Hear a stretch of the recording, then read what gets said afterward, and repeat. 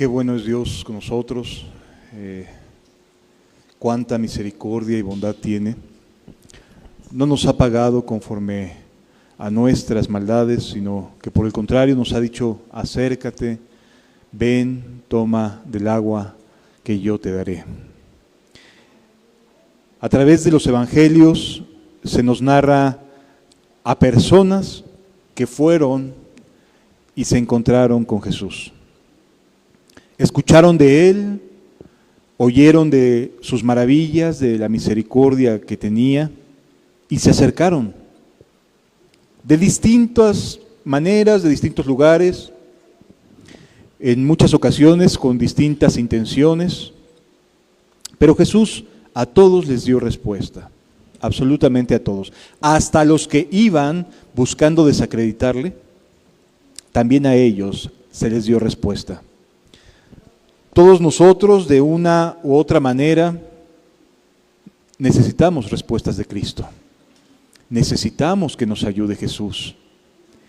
Y hoy vamos a leer acerca de una de estas personas que tiene un encuentro con Jesús, en principio solo de oídas, solo por lo que había escuchado acerca de Él, y posteriormente por lo que esta persona derrama su corazón delante de Dios. Hoy vamos a aprender, con la ayuda de Dios, a saber cómo derramar nuestro corazón ante Dios. Vamos y podemos escuchar muchos lugares y de distintas maneras, pero muy pocas veces nos encontramos con un paso a paso de cómo derramar nuestro corazón ante Jesús, cómo hacerle para poder llegar a ese punto en el cual Él nos diga: tus pecados te son perdonados. Personas iban y venían, lo escuchaban y se iban sin recibir el perdón, porque Él era, a lo principal que venía, era para recibir a las personas que tenían necesidad de volver a empezar, que no querían ya su vida, ya estaban cansados. Y Jesús los salvó. Los puso a salvo de sí mismos primero, y después de todo aquello que pudiera haber venido como consecuencia si no hubiera Jesús perdonado su vida.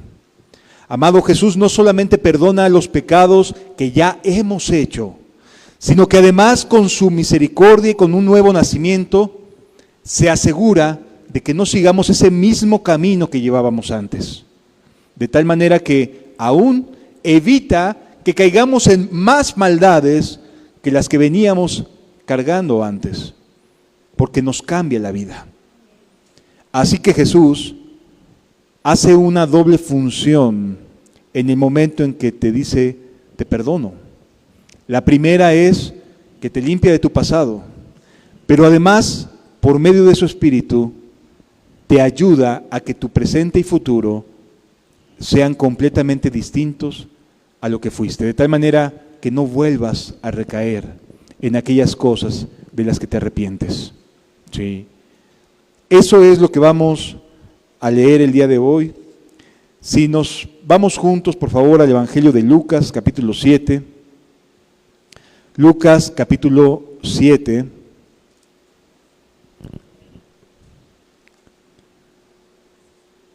Vamos a leer a partir del versículo número 1 hasta el número 17, y después nos vamos a saltar al versículo 36 en adelante. Pero vamos a leer estos encuentros que Jesús tiene con personas que no se esperaba tener. Que la persona, Jesús sí sabía que iba, pero las personas muchas veces se topan con la oportunidad de volver a empezar y la desaprovechan. Y cuando menos te das cuenta, nuevamente están sumergidos o sumergidas en cosas que saben que están mal, que reconocen que están mal, pero que dicen: es que no puedo cambiar. No, sí puedes. Si te acercas a Jesús, Jesús sí puede cambiar tu vida. Dice el versículo 1: después que hubo terminado todas sus palabras al pueblo que le oía entró en Capernaum. Imagínate, Jesús estaba fuera del pueblo, porque había una gran cantidad de gente que le oía, y toda esa gente estaba fuera del pueblo, termina de predicarles y se encamina nuevamente hacia la ciudad. Y cuando va encaminándose hacia la ciudad, de repente le sale un siervo. Este siervo es alguien que trabaja para el centurión de Capernaum. Normalmente, dentro de la estructura romana, el centurión tenía a su cargo más o menos como unos 90 soldados. Era un líder importante dentro de la organización militar de los romanos. Así que sale este siervo del centurión, pero no sale por su propia cuenta, sino que lo envía el centurión a Jesús. Y el siervo de un centurión, a quien éste amaba mucho, estaba enfermo y a punto de morir. Un centurión tiene muchas personas a su cargo, tanto soldados como personas a su servicio. Y él quería mucho a uno de los siervos que quizás lo había tomado por hijo, porque normalmente los soldados romanos no podían tener familias estables, porque viajaban de un lugar a otro y los mandaban a una parte y a otra, y la verdad es que un centurión no podía establecer una familia como tal y hacer vida en un solo lugar. Así que normalmente cuando alguien llegaba, un centurión romano llegaba a una nueva plaza, a un nuevo pueblo, buscaba relacionarse, buscaba amistad, buscaba quien con él pudiera compartir o platicar, porque los soldados pues estaban a sus órdenes, no podía con ellos externar sus preocupaciones, sus necesidades, sus ansiedades. Pero aquí nos encontramos que él tiene un siervo que probablemente sí le prestaba atención al centurión, y entonces este siervo lo toma como si fuera su propio hijo. Se enferma, como muchas personas viven enfermas o vamos a tener personas enfermas tiempo después. Y el siervo del centurión, a quien éste quería mucho, estaba enfermo, pero no solamente estaba enfermo, sino que además venía en una decadencia su salud, de tal manera que estaba a punto de perder la vida. No se nos dice qué clase de enfermedad tuviera, pero sí hay un deterioro, porque al centurión le preocupa lo que está viendo en cuanto a la salud de su amigo, de su siervo. Y entonces dice el versículo número 3, cuando el centurión oyó hablar de Jesús,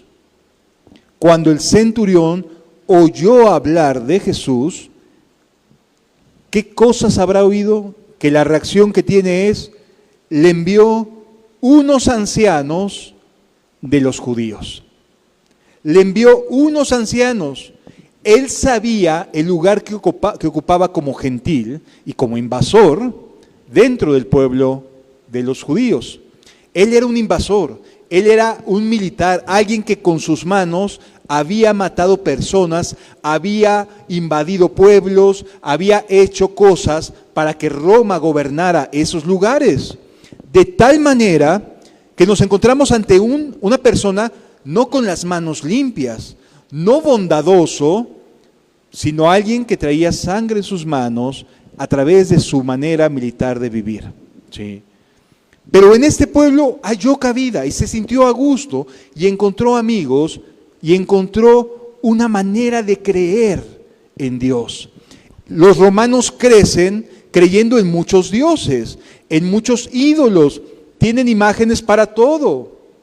Así que este centurión crece con esta cultura politeísta, pero cuando llega a Capernaum y se establece, se da cuenta de que hay algo distinto en el Dios de los judíos. Y comienza a ser cercano a los ancianos y les hace una sinagoga. Es decir, es alguien que se da cuenta de que hay algo en la religión judía distinta. Pero no se podía acercar porque la religión judía decía, hasta aquí, no pasas por ser gentil, y mucho más siendo enemigo del pueblo judío. ¿Sí me doy a entender? Es decir, la tenía de todas en contra.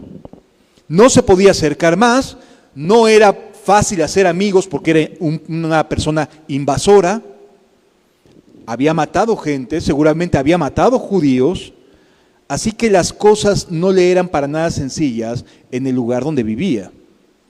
Pero se logra ser amigo del siervo y se logra ser amigo también de los ancianos. Y entonces les tiene la confianza para decir, ayúdenme, vayan a Jesús, porque lo que oigo de él son cosas buenas.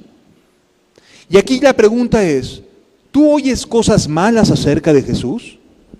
¿Sabes si ha actuado mal con las personas? ¿Qué piensas de él? ¿Qué opinas sobre Cristo? El centurión escuchó y envió a unos ancianos judíos rogándole que viniese y sanase a su siervo. ¿Cuál era la motivación de aquel centurión? Que mi siervo no se muera.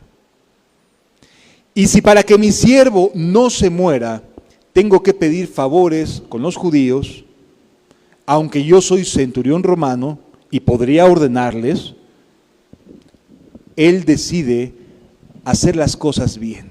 Y entonces apela a los ancianos de Capernaum. Y sucede lo siguiente. Y ellos vinieron a Jesús.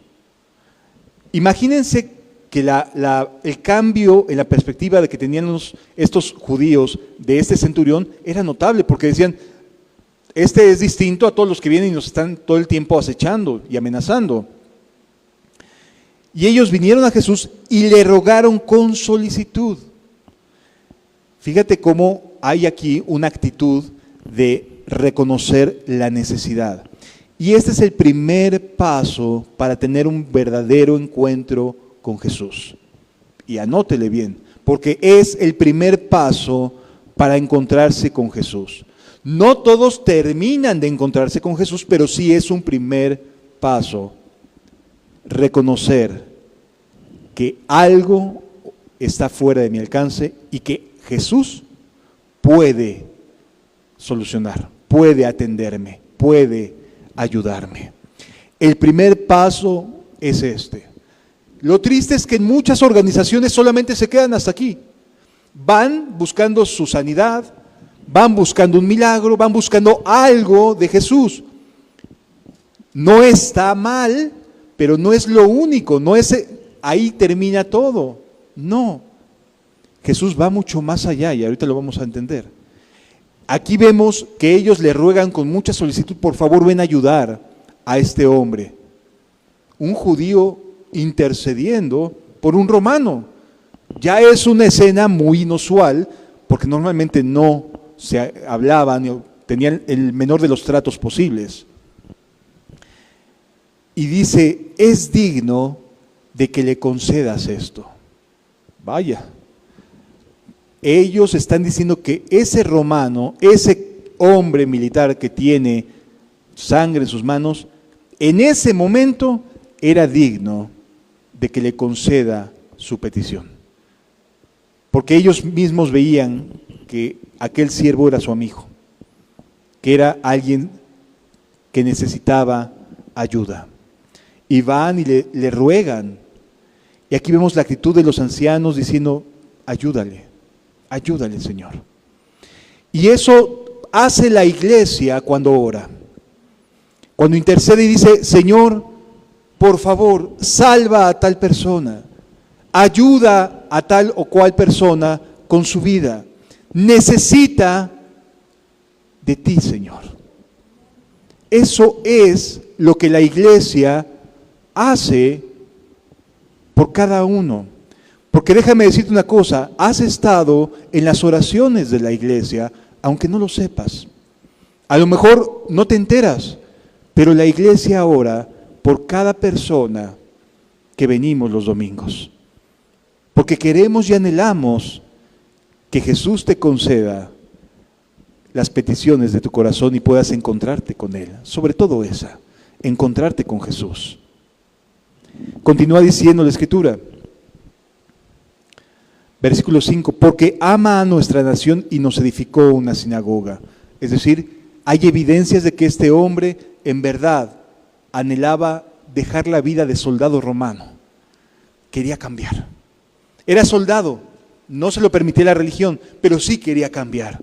A lo mejor tú estás en la misma posición, a lo mejor sí deseas cambiar, pero dices, es que mi trabajo me obligan a decir un montón de mentiras. Es que no me siento ya cómodo con lo que hago porque siempre estoy teniendo que enfrentar cosas que me hacen hacer lo malo.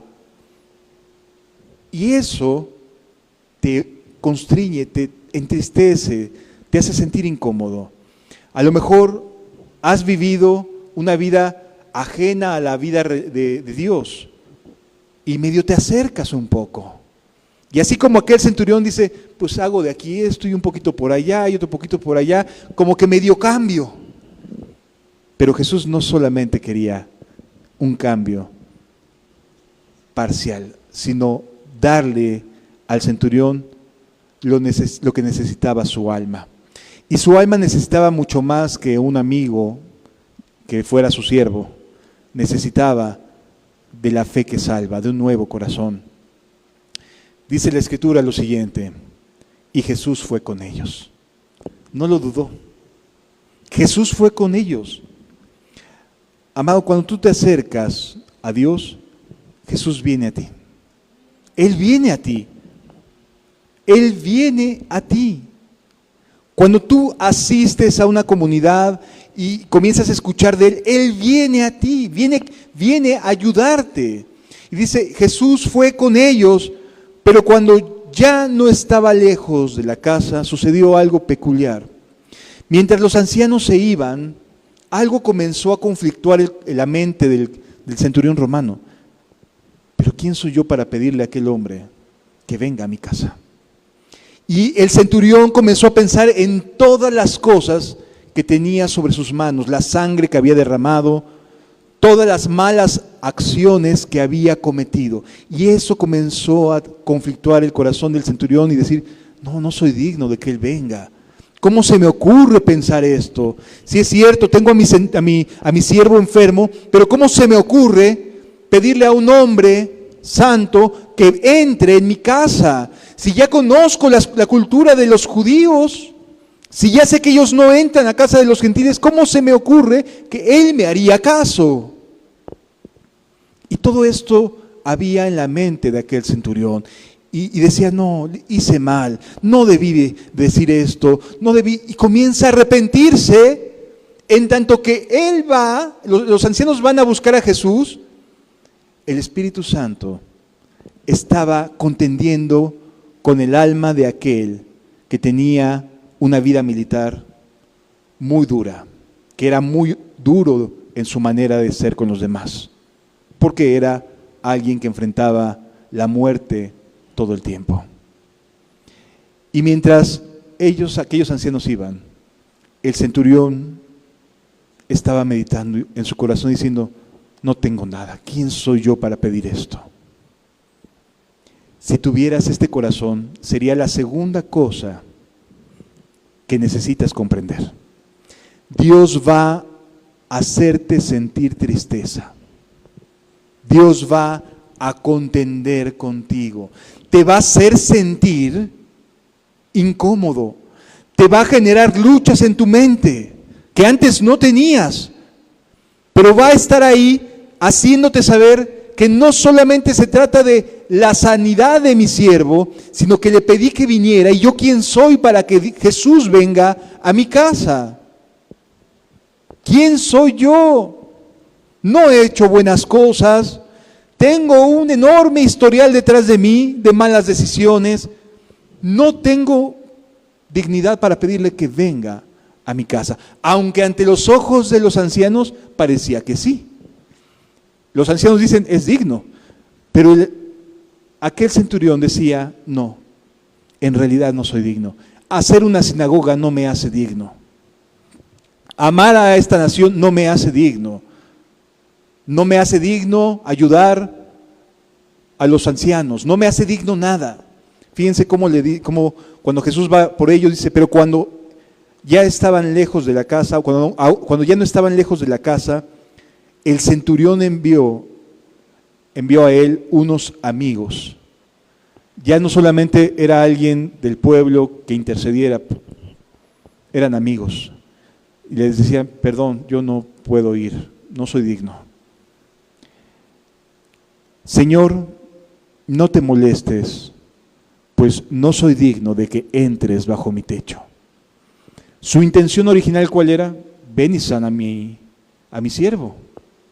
El centurión, en este pequeño lapso de tiempo, se arrepintió. Se vio indigno de la presencia de Jesús en su casa. Este es un camino que Jesús va guiando a las personas para encontrarse con Él. El Espíritu contiende con cada persona de tal manera que no la hace sentir digna. Y vienes y te sientas y sabes que estás pisando suelo sagrado, no por las instalaciones, sino por quien está aquí. Porque Dios, el Rey de Reyes y Señor de Señores, está en medio de nosotros. Nadie lo merece, pero está en medio de nosotros. Y eso es algo muy valioso, muy sagrado, y sabemos que no somos dignos de Él. Aquel hombre pensaba de esta manera. Inicialmente no fue su intención. Si te das cuenta, su intención es ven y sana a mi siervo. Y sí, con humildad manda a los ancianos, etc. Pero él mismo está contendiendo en su mente y dice, pero ¿quién soy yo? ¿Por qué tengo que seguir esto? Este camino me ha hecho daño y este hombre es hombre santo y ¿quién soy yo? No, mejor que ni entre. No, mejor que ni entre. Había un sentido de indignidad de parte del centurión. Y dentro de este sentido de respeto, al mismo tiempo de reverencia, pero sabiéndose indigno, surge algo llamado fe. En medio de la indignidad de un ser humano, cuando el ser humano se siente la peor basura, el peor pecador, la persona más vil y menospreciable, cuando una persona sabe que no merece nada de Dios y que ha hecho mucho daño, en ese momento surge la verdadera fe que salva. La verdadera fe que salva no proviene de las grandes elocuencias, proviene de un corazón necesitado, de un corazón que dice no tengo a nadie más, no puedo ir a nadie más, no tengo a nadie más. Si yo quiero seguir gobernándome de mi vida, voy de mal en peor, no tengo nada más. La verdadera fe que salva, y eso guárdalo en tu corazón, proviene de un corazón indigno de encontrarse con Jesús. Así que si tú eres de aquellas personas que durante mucho tiempo has dicho, no, quizás Jesús tenga misericordia, pero yo no soy digno, yo no puedo, observa lo que dice el centurión y ten fe, porque de un corazón así surge una verdadera fe que salva. Versículo siguiente, no te molestes, pues no soy digno que entres bajo mi techo, porque ni aún me tuve por digno de venir a ti. Él no se sentía digno de pedirle nada a Dios, a Jesús. Amado, cuando una persona de verdad quiere cambiar, no busca pretextos para no hacerlo. No busca pretextos para quedarse en sus mismas maldades. No. De verdad quiere volver a empezar, de verdad desea un cambio genuino y verdadero. Y dice, Señor, aquí estoy y no soy digno, pero aquí estoy, ten misericordia de mí, no soy digno. Pues, por lo que ni aún me tuve por digno de venir a ti, pero di la palabra y mi siervo será sano. Aquí hay dos cosas bien valiosas. Una, sí, Señor, te mandé a pedir ayuda para mi siervo, pero yo no soy digno. Las personas que se humillan, aun cuando anhelan cosas buenas para su vida, saben que no son dignas. Uno puede estar aquí, amado, y pueden verme aquí al frente y predicar el Evangelio y predicar la palabra de Dios, pero sé que no soy digno de mi Dios, sino que Él me ha hecho digno. No hay nada bueno que haya visto en mí, nada. Él tuvo compasión. Así cada uno de los redimidos sabemos que no hay nada bueno que Dios haya encontrado en nosotros, nada, sino que nos salió al encuentro por puro amor, por su buena voluntad. Así que el centurión dice, soy tan indigno que ni siquiera te quise hablar de frente, ni siquiera quise ir a ti, pero di la palabra y mi siervo sanará. Y él se queda así como, pero yo sigo siendo indigno, aunque mi siervo se sane. Y esto es importante entenderlo, porque muchas personas reciben bendiciones de Dios y dicen, uy, estoy del otro lado. No, no. Recibir una bendición de parte de Dios no te hace digno delante de Dios. Solo muestra que Él es misericordioso, pero no quiere decir que esté a favor de nosotros. Solo muestra que es compasivo, pero no quiere decir que esté de acuerdo con nuestra manera de vivir. El centurión dice, di la palabra y será sano. Porque también yo soy hombre puesto bajo autoridad, y tengo soldados bajo mis órdenes, y digo a este ve y va, y a otro ven y viene, y a mi siervo hace esto y lo hace. ¿Qué es lo que aquí ve el soldado romano en Jesús? Autoridad. El soldado se está comparando a él como el líder de los soldados y le dice, ve y haz esto, y el soldado sabe que va a ir a hacer eso. Y si le dice a otro, ve a este otro lugar, el centurión sabe que el soldado le va a responder y va a ir a hacer. El centurión no está dudando de que sus subordinados harán lo que les pide. Y entonces este centurión encuentra fe en ello mismo. Bueno, Jesús, con que diga la palabra, así se hará. Esa es la fe que necesita toda verdadera persona que busca a Cristo. Que no dude, que no crea que no va a suceder aquello que Dios vino a brindarnos, la salvación. Al oír esto, Jesús se maravilló de él. Fíjense, el soldado no se sentía digno, pero al escuchar cómo tiene fe este hombre en que Jesús lo único que necesita es la palabra, decir la palabra y va a ser hecho, le creyó y se admiró Jesús. Os digo que ni aún en Israel he hallado tanta fe. Y al regresar a casa, los que habían sido enviados hallaron sano al siervo que había estado enfermo. El centurión no se había apartado del lado de su siervo y de momento comienza a ver que se recupera. Después de que manda a sus amigos con Jesús, en lo que ellos van, empieza a ver que aquel siervo amigo suyo comienza a recuperar su salud. ¿Cómo se habrá sentido el centurión con la respuesta a su fe?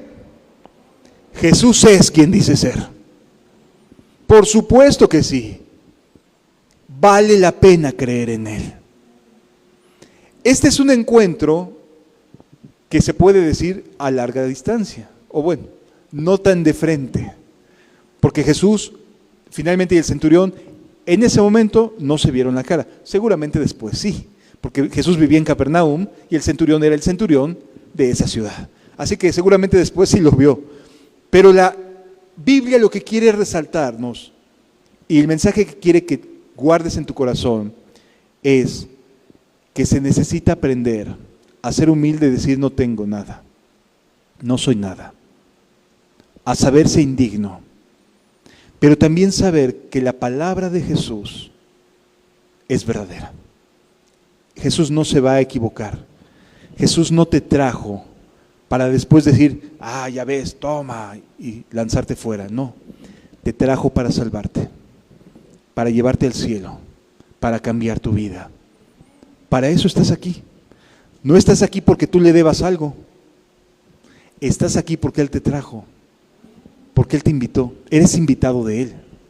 No eres alguien que diga, pues a ver qué, voy a ir a perder un ratito el tiempo, a ver qué dicen. No, eres invitado de Él. Él te llamó y te trajo. Así que es maravilloso este encuentro. Y si si fuera poco, se va de Capernaum Jesús, va a otro lado, versículo 11. Aconteció después que Él iba a la ciudad llamada Naín, e iban con Él muchos de sus discípulos y una gran multitud. Había ayudado al centurión, totalmente. El siervo se había recuperado y ahora Jesús iba caminando a una ciudad. ¿A qué iba Jesús? A ayudar a otra persona. Amado, es que Jesús sigue ayudando personas, sigue salvando, sigue haciendo bien a los que creen en Él. Imagínate ese estado, ese lugar, va caminando y un montón de gente con Él, felices con Jesús. Cuando llegó cerca de la puerta, dice el versículo 12, he aquí que llevaban a enterrar un difunto. El pueblo estaba de luto. Una mujer había perdido a su único hijo. Imagínate la diferencia de comitivas, vamos a llamarle así. Por un lado ves una comitiva de muchas personas felices con Jesús y por el otro lado te encuentras un funeral. Qué difícil. Jesús iba a predicar a esa ciudad y se encuentra con un ambiente de luto, de tristeza, de angustia, de dolor. Cuando llegó cerca de la ciudad, dice, a enterrar un difunto, hijo único de su madre, la cual era viuda. Esto sentenciaba la vida de aquella mujer. Era viuda, ya había perdido a su esposo. El único que le quedaba para ayudarla a sobrevivir, a vivir, era su hijo y también se le muere. No son buenas noticias. Hay muchas personas que dicen, pero ¿por qué Dios? Aquí encontramos un ejemplo de un ambiente en el cual las cosas no están para nada fáciles para una persona. Ella está sufriendo porque va a quedar completamente en el abandono. Una persona como viuda, que además no tenía quien le sustentara, quien le ayudara, quedaba en la más terrible de las situaciones porque nadie se preocupaba por las viudas. Tenemos suficientes problemas, ¿cómo voy a estarme preocupando por una persona más? Entonces, quedaba en una situación de mucha vulnerabilidad una viuda. Había perdido a su marido y su único hijo había fallecido. Su panorama hacia adelante era terrible, terrible. Ni para sustento iba a poder tener fácilmente. Y cuando el Señor dice, y había con ella mucha gente de la ciudad. Entonces, imagínate las dos concentraciones de personas. Por un lado, Jesús con sus discípulos y mucha gente contenta, feliz, recreándose en las palabras de Cristo, feliz. Y por el otro lado, tristeza. Es como si fuera dos mundos distintos en choque. La felicidad y la tristeza. Versículo 13. Y cuando el Señor la vio, se compadeció de ella. ¿Sabes que Jesús se compadece de ti? Jesús se compadece de ti. Tiene misericordia. No te trajo porque seas buena persona, No te trajo porque tengas algo que ofrecerle. Te trajo por compasión, porque sabe cómo lloras por dentro. Sabe sobre tu soledad. Sabe cuánto te angustia tu vida. Sabe lo que has dicho en el corazón y en tu mente. Te conoce. Él se compadece de cada uno de nosotros. No estamos aquí por ser buenas personas, sino porque somos los más necesitados, porque necesitamos su compasión. Se compadece de esta mujer. ¿Y qué le dice? No llores. No llores. Y acercándose tocó el féretro, y los que lo llevaban se detuvieron, y dijo: joven, a ti te digo, levántate. Nadie había visto jamás una resurrección. Sin embargo, la compasión de Jesús ayuda y sirve para que la gente resucite. Y resucite, a lo mejor no de manera biológica o natural, pero sí para que vuelvas a empezar. Nuestras malas decisiones nos destruyen, nos acaban. Llevan nuestra mente a un estado de tanta miseria que es como si estuviéramos como zombies, muertos en vida, haciendo las cosas por rutina, por el pues ya ni modo, no queda de otra. Y parece que vamos, hacemos lo que tenemos que hacer y trabajamos y regresamos y nada nos deleita, en nada nos encontramos felices, nada nos satisface. Siempre estamos buscando un poquito más por aquí, otro poquito más por allá, a ver si esto me hace feliz, a ver si esto me quita esta pesadumbrez de corazón, a ver si esto ayuda un poco a mi vida. Jesús se compadece de ti, pero necesita resucitarte.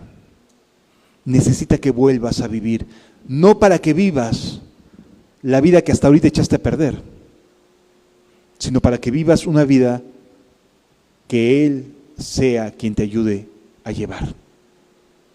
Sí. Y entonces toca el féretro y le dice: joven, a ti te digo, levántate. Y entonces se incorporó el que había muerto y comenzó a hablar y lo dio a su madre. ¿Cómo se habrá sentido la madre de aquel hombre? Llena de gratitud. Volvió a empezar. Se solucionó lo que era imposible. Así actúa Jesús. Donde tú dices: yo hasta aquí llegué y ya no tengo nada más. Esos imposibles, Dios los hace posibles. Dios provoca que las cosas cambien donde nadie más puede meter su mano. Y Dios sí hace que las cosas sean diferentes. Así es nuestro Dios. Es bien importante que puedas entenderlo. El llamado que Jesús te hace es a volver a empezar. A volver a empezar. Y eso es hermoso de parte de Dios.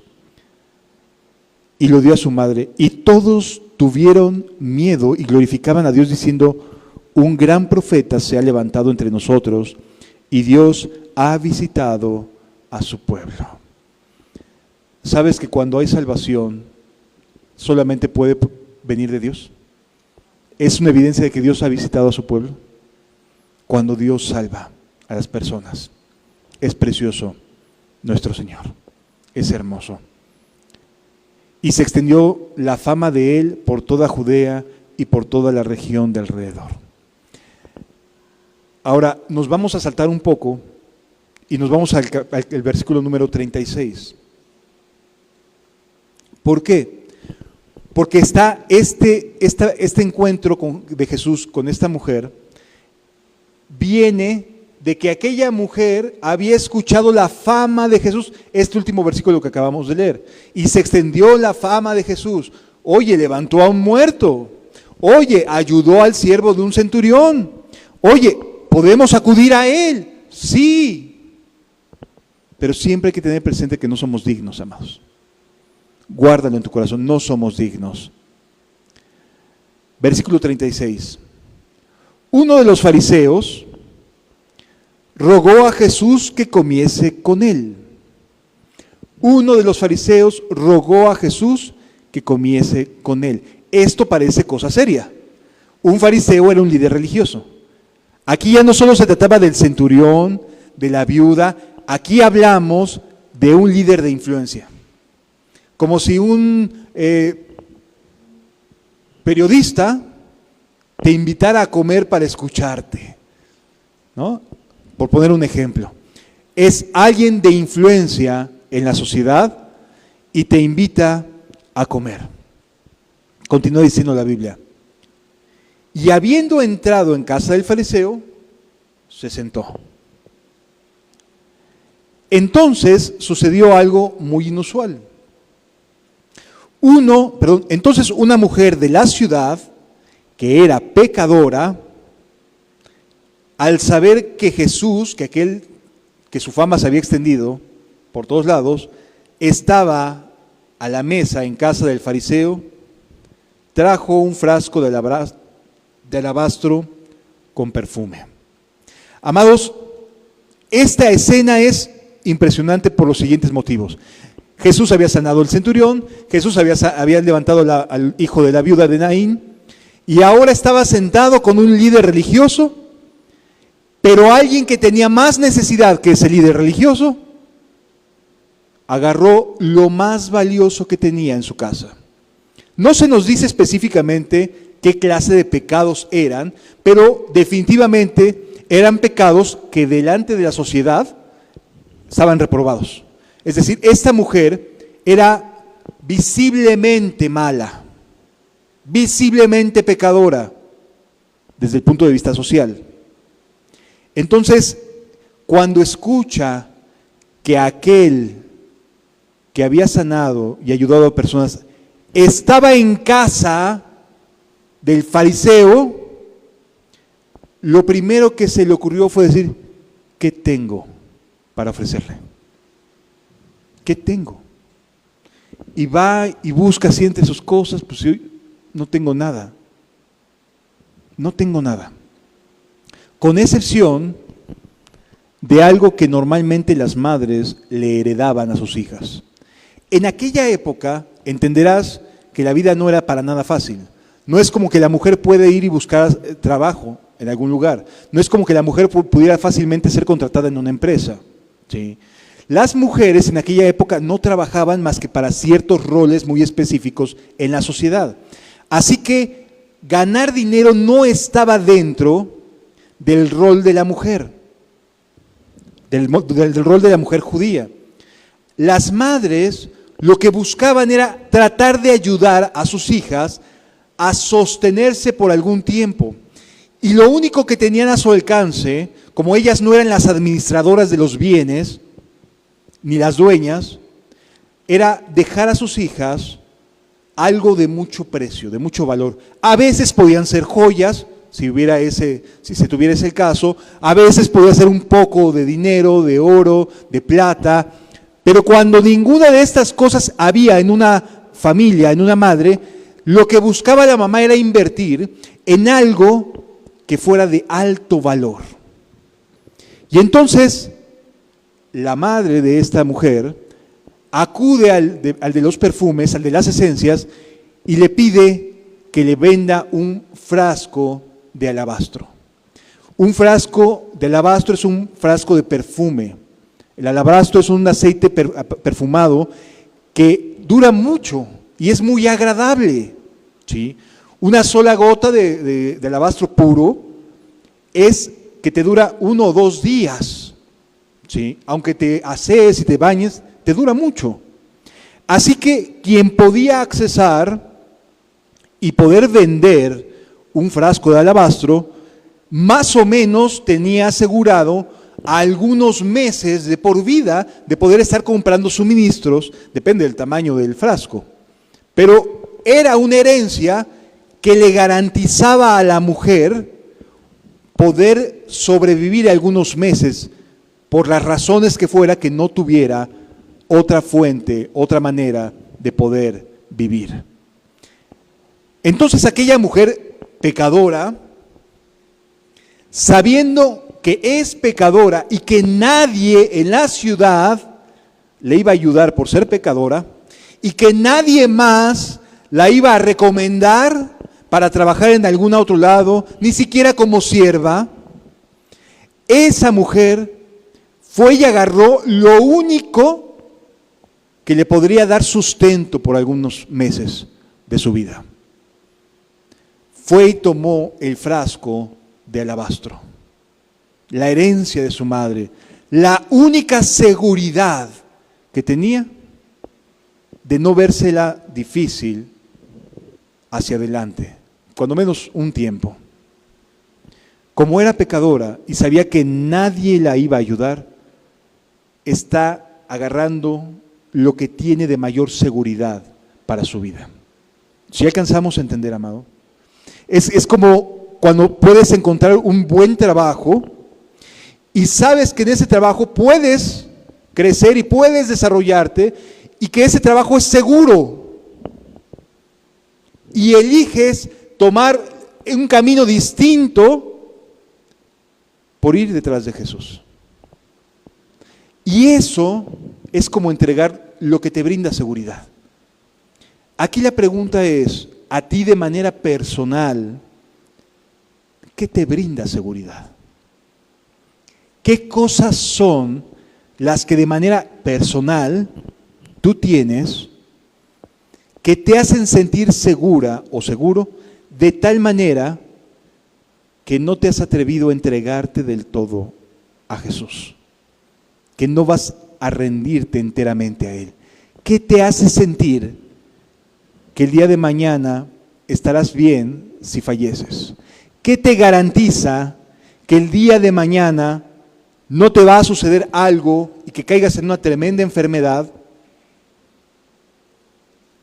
y por eso no estés queriendo encontrarte con Jesús? ¿Qué te lo garantiza? Esta mujer dijo, no quiero tener en mi casa esta seguridad, esto que me hace sentir seguro o segura, lo tomo y voy a Cristo. Continúa diciendo la Escritura. Entonces la mujer de la ciudad, que era pecadora, al saber que Jesús estaba en la mesa de aquel, trajo un frasco de alabastro con perfume. Y estando detrás de él, detrás de Jesús, no le quería ver la cara, no se sabía digna otra vez. Si te das cuenta, a quienes Jesús ayuda no son los que se creen buenos. Tampoco es a los que dicen, me tienes que ayudar, ¿eh? ¿Cómo que por qué? ¿Por qué tendría el Rey de Reyes y Señor de Señores que ayudarte? Pero cuando se es alguien que humildemente reconoce que no está bien delante de Dios, entonces se pone detrás de Jesús. Entonces le dice, no soy digno de que entres en mi casa. Sí, me doy a entender. La humildad de corazón tiene que ver con Dios, con el reconocernos cómo estamos delante de Dios, no cómo estamos delante de otras personas. La gente sabe cómo estamos, la gente te conoce, la gente sabe lo gruñón que eres, la gente sabe cómo le hablas a tal o cual persona, la gente te conoce, es más, te ponen apodos, te conoce. Así que no se trata de ser humilde y de tratar de llenarle la vista a alguien, no. ¿Qué opina Dios de ti? ¿Qué es lo que Dios, el que es 3 veces santo, opina de ti? Y esta mujer se puso detrás de los pies de Jesús y dice la Escritura, detrás de él, a sus pies, llorando, comenzó a regar con lágrimas sus pies y a enjuagarlos con sus cabellos. Imagínate, Jesús está sentado y la mujer llega detrás de él, no a pedirle algo. No, aquella mujer no llegó a pedirle algo. No fue buscando la sanidad para alguien de su familia. Probablemente era una mujer sola, muy solitaria. Nadie en la sociedad quería estar cerca de ella, porque era pecadora, abiertamente pecadora. Así que llega por detrás de Jesús. ¿En qué posición tendría que estar aquella mujer para poder estar a los pies del Maestro? De rodillas. Sí. O sea, aquella mujer se puso de rodillas y se acercó a Jesús por la espalda a sus pies. ¿Y qué era lo que la mujer hacía? Lloraba. Lloraba. No ves que emita una sola palabra. No ves ni escuchas que la mujer le pidiera algo. Solamente lloraba. Porque sabía que necesitaba volver a empezar, que necesitaba el perdón. Y no le salían ni las palabras. Solamente lloraba y lloraba. Y entonces dice la Escritura que comenzó a regar con lágrimas sus pies. Amado, cuando una persona tiene verdadera necesidad de Dios, no le importa, ni le interesa lo que la gente pueda opinar, sino que le interesa acercarse a Jesús y de verdad entregarse. Esa es una realidad. Y esta mujer se inclinó y avanzó detrás de Jesús y lloró, y con sus lágrimas apenas podía secarlo con sus cabellos, y lloraba, y le ponía un poco de aceite a sus pies y seguía llorando. No le salían palabras. Estaba tan necesitada de salvación, tan necesitada de una nueva vida, tan necesitada de un nuevo comienzo, que no le salían palabras. Hoy a las personas les cuesta trabajo llorar.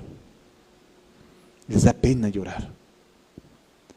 Amado, aquí no estamos personas que hayamos tenido vidas dignas, sino personas que hemos llorado por nuestros pecados.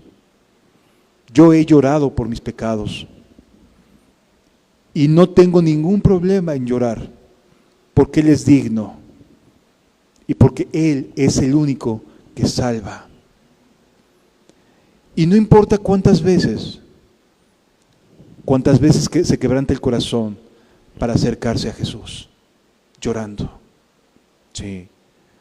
Porque no tenemos a nadie más a quien ir, a nadie más a quien acudir. Y dice, y besaba sus pies y los ungía con perfume. Mientras esto era la escena, el fariseo opinaba acerca de Jesús. Mientras que las personas se salvan, hay otros que solamente opinan. Mientras hay personas que lloran diciendo, por favor, quiero volver a empezar, hay otros que se sientan y opinan de los que están llorando. Problema suyo, como el fariseo. Cuando vio esto el fariseo que le había convidado, dijo para sí, si fuera profeta, conocería quién y qué clase de mujer es la que le toca, que es pecadora. Esa es la opinión de mucha gente. Amado, si hoy Jesús te dice, me quiero reconciliar contigo, ¿te preocuparía la opinión de quien está a tu alrededor? Si hoy Dios te dijera, quiero que vuelvas a empezar, ¿qué importa quién está a tu lado? Te derramarías diciendo, sí quiero, por favor, Señor, dame la oportunidad de volver a empezar. Entonces respondió Jesús, le dijo, Simón, una cosa tengo que decirte. Y él le dijo, di, maestro. Un acreedor tenía 2 deudores. El uno le debía 500 denarios y el otro 50. Y no teniendo ellos con qué pagar, perdonó a ambos. Di pues, ¿cuál de ellos le amará más? Lo que hace Jesús es poner un ejemplo a aquel que estaba opinando de aquella mujer que está llorando. Y le dice, a ver, si hay un acreedor que tiene a 2 personas deudoras y una le debe más que la otra, y ninguno de los 2 tiene, y les perdona la deuda a los 2, ¿quién se va a sentir con mayor gratitud del perdón? Pues le contesta Simón. Respondiendo Simón dijo, pienso que aquel a quien perdonó más. Y le dijo, rectamente has juzgado. ¿Sabes que hay mayor amor por aquellas personas o hacia aquellas personas que se les perdona más. La gratitud es mucho más real. Hay personas que pueden venir o acudir a cualquier otro lado y sí, se sienten amados y se sienten abrazados, pero no están tan agradecidos porque no vieron su maldad en la dimensión que realmente tenían. Y amado, cuando realmente nos damos cuenta de lo indignos que somos, aprendemos que el amor de Jesús es mucho más valioso que cualquier cosa. Se aprende a que nuestra deuda era mucho mayor que la de cualquier otra persona. Y a veces uno dice, no, pero pues, ¿qué pecados puede tener el hermano tal? ¿Qué pecados puede? No, hombre. El que los vive y se arrepiente no los ve pequeños jamás. Ve sus maldades de una magnitud tan grande que dice, no, yo no me interesa estarme justificando ni siquiera un poco. Deseo con todo mi corazón amar a Dios y agradecerle lo mucho que ha sido bueno conmigo. Y vuelto la mujer dijo, Simón, ¿ves esta mujer? Imagínate aquella mujer postrada hacia los pies de Cristo. Y el diálogo era lo que ella estaba haciendo. El diálogo no era teológico, el diálogo no era doctrinal, no era para saber si Jesús era profeta o no. El diálogo era lo que aquella mujer se había atrevido a hacer al derramar su corazón, al decir, ya no quiero seguir con esta vida. En el reino de los cielos, el diálogo no es a ver qué erudito tiene mejores conocimientos, sino quién se humilla delante del Señor Jesús. En el reino de los cielos, los ángeles y los testigos, a quienes ven, son a los que se arrepienten, a los que dicen, yo quiero volver a empezar. Continúa diciendo la Escritura, ¿ves esta mujer? Entré en tu casa y no me diste agua para mis pies, no fuiste agradecido. Mas esta ha regado mis pies con lágrimas y los ha enjuagado con sus cabellos. No me diste beso, no había agradecimiento. Simón veía a Jesús como alguien más. No había gratitud. Mas esta, desde que entré, no ha cesado de besar mis pies. No ungiste mi cabeza. A Simón no le preocupaba con quién estaba hablando. A la mujer sí. Y dice la Escritura, no ungiste mi cabeza con aceite, mas esta ha ungido con perfume mis pies. Básicamente le está diciendo, a ver, Simón, tú eres alguien que parece interesado, pero no muestras el más mínimo interés, ¿eh? No muestras interés. En cambio, ella sí. Ella sí muestra interés. Continúa diciendo la Biblia, por lo cual te digo que sus muchos pecados le son perdonados. Wow. Era conocida pecadora. Y eran no pocos pecados. Jesús dice, muchos pecados. Jesús sí la conocía. Jesús sí sabía que era mucho el pecado de aquella mujer. Sus muchos pecados le son perdonados porque amó mucho, porque mostró mucho su necesidad, porque en verdad se quiso entregar a Dios. Mas aquel a quien poco se le perdona, poco ama. ¿Conoces a aquellas personas que se la viven diciendo no hay amor? Y se van. Al que poco se le perdona, poco amor muestra. Pero aquellos que saben de dónde fueron rescatados, ellos sí muestran mucho amor de Dios. Son vasos útiles.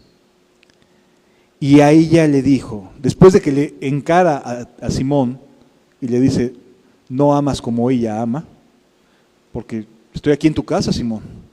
Jesús, Dios hecho carne en la casa de Simón. No fue agradecido.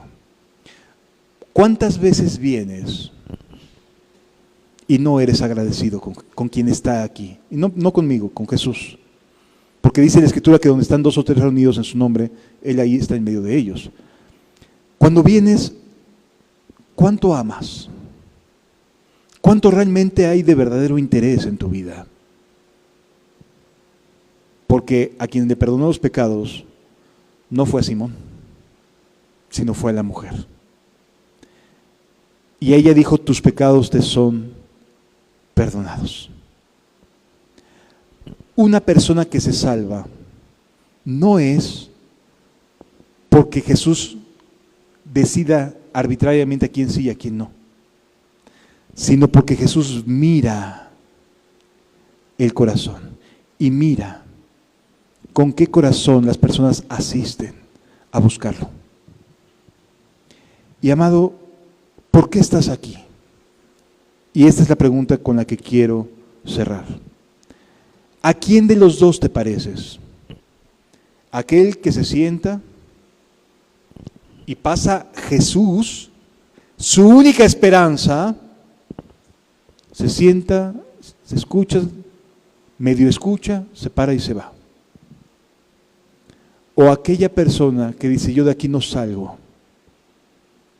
hasta haberme derramado delante de Jesús, hasta haber dicho, Señor, no tengo nada. Porque si te das cuenta, la mujer no llegó a regalarle el frasco a Jesús. No llegó como un intercambio de tu perdón a cambio de mi frasco de alabastro. No. Ella derramó su única seguridad a los pies del Maestro. Se derramó delante de Él. Si Dios no te ha perdonado todavía, no es porque Él no quiera, sino porque tú no vienes con la actitud correcta a buscarlo. Si Dios te perdona, es porque has derramado tu corazón realmente delante de Él. Pero para derramarlo, hay muchas lágrimas de una persona indigna, y es algo que debes de considerar, es algo que debes de valorar. Versículo 49, y los que estaban juntamente sentados a la mesa comenzaron a decir entre sí, ¿quién es este que también perdona pecados? Pero él dijo a la mujer, tu fe te ha salvado, ve en paz. La fe fue notoria a través del atrevimiento. El anhelo de una mujer que quería salvación, que quería ser perdonada. ¿Tú qué quieres? Vuelvo a preguntar, ¿tú qué quieres? ¿Qué es lo que vienes a buscar? ¿Qué es lo que vienes a encontrar? Pregúntate y respóndete a ti misma, a ti mismo. Les invito a que cerremos nuestros ojos, por favor. Quiero invitarte a que medites en tu corazón. ¿Por qué estás aquí?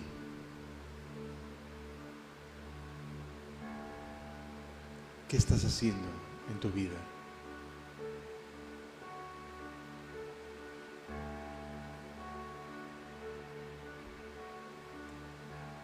¿Qué harás con Jesús? ¿Qué le vas a decir? ¿O simplemente puedes decidir derramar tu corazón y decirle, aquí estoy, no tengo nada? Hoy vengo a derramar mi perfume ante ti. No tengo palabras para agradecerte, me rescataste. Nueva vida me diste, hoy derramo mi perfume ante ti.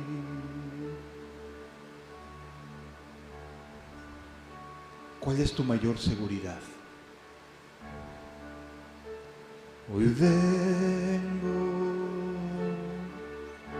derramar mi perfume ante ti. No tengo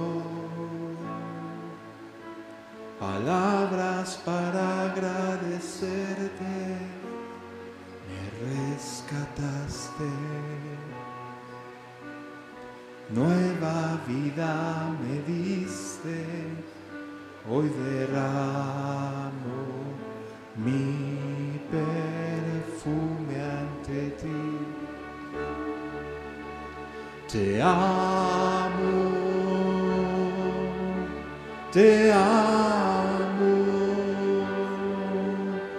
te amo, te amo. Me rescataste, nueva vida me diste, hoy derramo mi perfume ante ti. Te amo,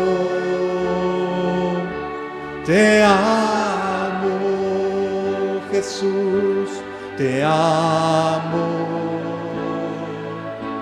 te amo. Me rescataste, nueva vida me diste, hoy derramo mi perfume ante ti.